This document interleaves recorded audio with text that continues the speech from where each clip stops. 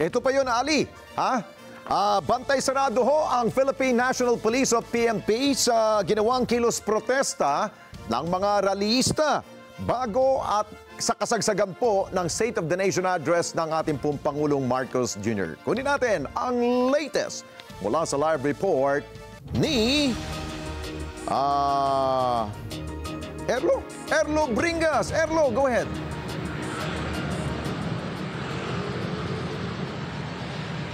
Alex, actually ay nagmagdamagan mula pa kaninang madilig araw ay nagbantay na ang mga tauhan ng Philippine National Police maging QCPD dito sa bahagi ng Commonwealth Avenue. Pero kaninang madaling araw pala mga bandang 5:30 Alex ay inukupa na agad mga anti-BBM supporters ang bahagi ng Commonwealth na naging sanhi ng napakabigat na daloy ng trapiko.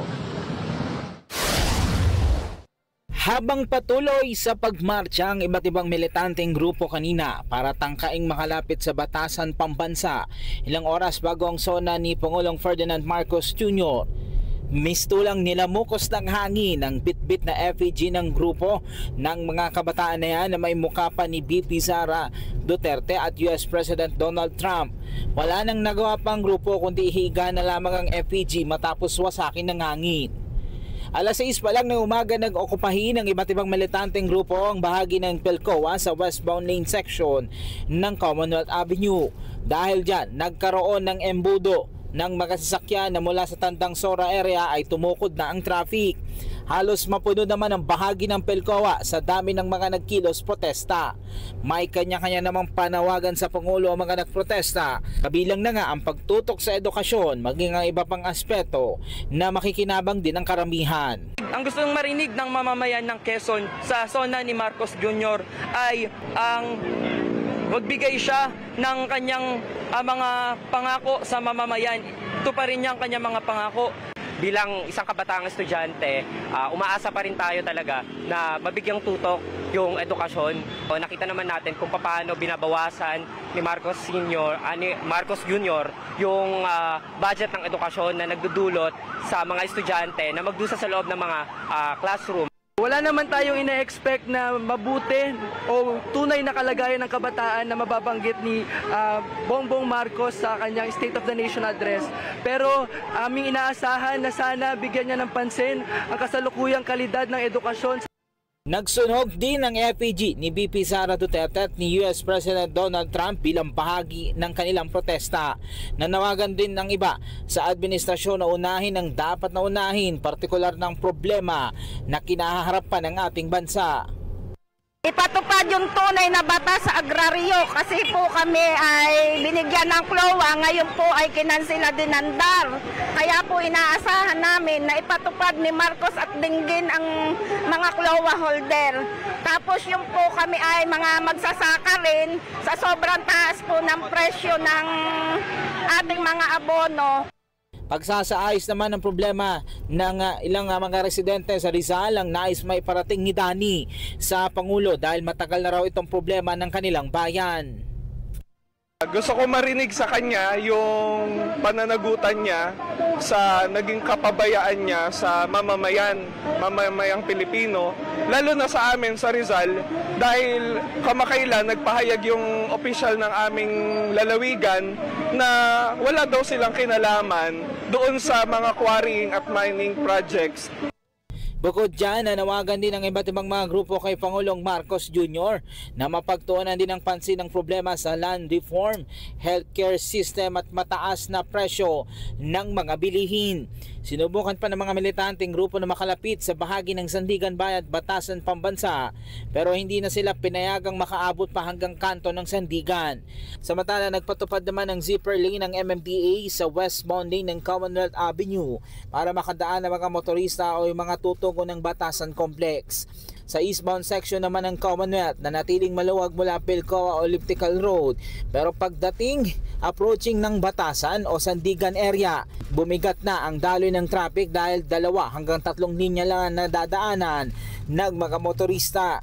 Umalalay naman sa pagsasaayos ng daloy ng trapiko mga tauhan din ng QCPPMD maging ang mga police personnel mula sa Quezon City Police District.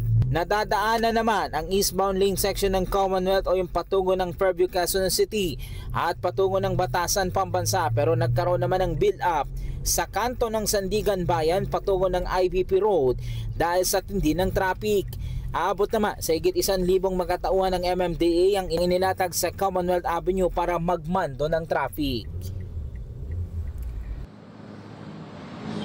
Samantala Alex, dito sa aking kinatatayuan sa eastbound lane ng Commonwealth Avenue approaching ng Suswaregue Street ay asahan na po ng mga kababayan nating motorista na magpupunta ng Fairview na medyo mabigat ang traffic dahil sa dami pa rin ng volume ng makasasakyan na naipon mula pa kanina Alex. So nire-remind natin yung mga motorista natin na kung may alam kayo mag-alternatibong ruta, humanap na muna kayo dahil baka mamaya pa ito maubos dahil nga sa dami ng makasasakyan Alex. Okay, Erlo, para sa kapakanan ng ating mga nanonood at mga nakikinig, no? Pag sinabi mong east, saan ang matinding traffic? Yan ba yung papuntang papuntang Batasan o papuntang Circle? Papuntang Batasan, Alex, no, yung kabilang linya, yung papunta ng Circle ay halos walang laman, Alex. Ilan-ilang mga sasakyan lang. So, yung mga motorista natin, asahan nyo po, usad pagong ang traffic, siguro mga 10 to 15 kilometers per hour yung magiging takbo nila dito sa papuntang Batasan area, Alex. O, binanggit ba ng PNP kung kailan tataas ang kilometers per hour mo?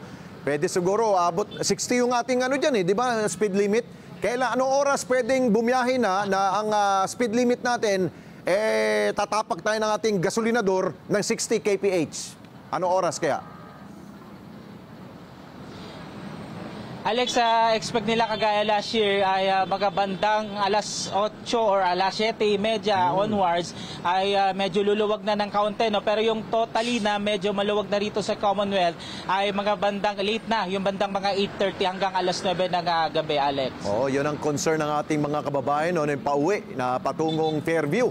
At doon po sa papuntang San Jose del Monte, Bulacan. Marami tayong mga kababayan na bumibiyahe dyan. Anyway, isa pang tanong. Bakit nga ba sinunog rin nila ang FAG ni Vice President Sara at ni President Trump? Anong kinalaman dun? Alex, yung sa part ni President Donald Trump ay kaya nila sinunog yung FPG nito ay para tutulan yung pakikipag-partnership ng Pilipinas sa Amerika. Yung doon naman kaya sa FPG ni Vice President Sara Duterte ay kanilang tinututulan yung di umano pagkamkam ng budget ng DepEd before. Kaya yun yung isa sa kanilang way para ipakita na dapat i-push through yung impeachment complaint laban kay Vice President Sara Duterte na kanilang tinututulan din, Alex, yung mga nagawa di umano ni VP Sara nung ito ay nasa pwesto pa bilang DepEd Secretary, Alex. So siguro panghuli, Erlo, dahil natunghayan mo pagsusunog nila ng FAG, di ba sa mga nakalipas na mga taon at na mga zona, di ba ipinagbabawal yung pagsusunog dahil nga either pollution or di kaya maaring mag-cause ng ng gulo. So bakit nila ngayong sa panahon ngayon sa ika-4 na zona ng ating Pangulo ipinayagan nila? Well, sabi ni PNP Chief Nicolas Torres ay pinayagan na nila basta't walang makakapinsala na ibang mga tao dito sa lansangan at wala ring mapipinsala na mga establishmento. Kumbaga, Alex, ay pinagbigyan na rin nila yung mga anti-BBM supporters kanina na kung yun talaga yung way na pagpaparating nila ng mensahe sa Pangulo ay kanila nang pinagbigyan basta walang makakapinsala o makakasakit doon sa gagawin nilang pagsusunog ng FPG, Alex. So far ngayon, malinis ang kalsada ngayon na wala na yung mga debris na mga nasunog na mga FPG? Wala na, Alex, no? Bali nakipagtulungan naman kaagad yung mga anti-BBM supporters at niligpit nila yung kanilang mga kalat kanina kahit wala masyadong nanilinis din yung mga street sweepers mula sa MMDA, Alex. Okay, maraming salamat sa iyo mula kay Erlo Bringas. Mata natin dyan po sa kabaan ng Commonwealth Avenue sa lungsod ng Quezon.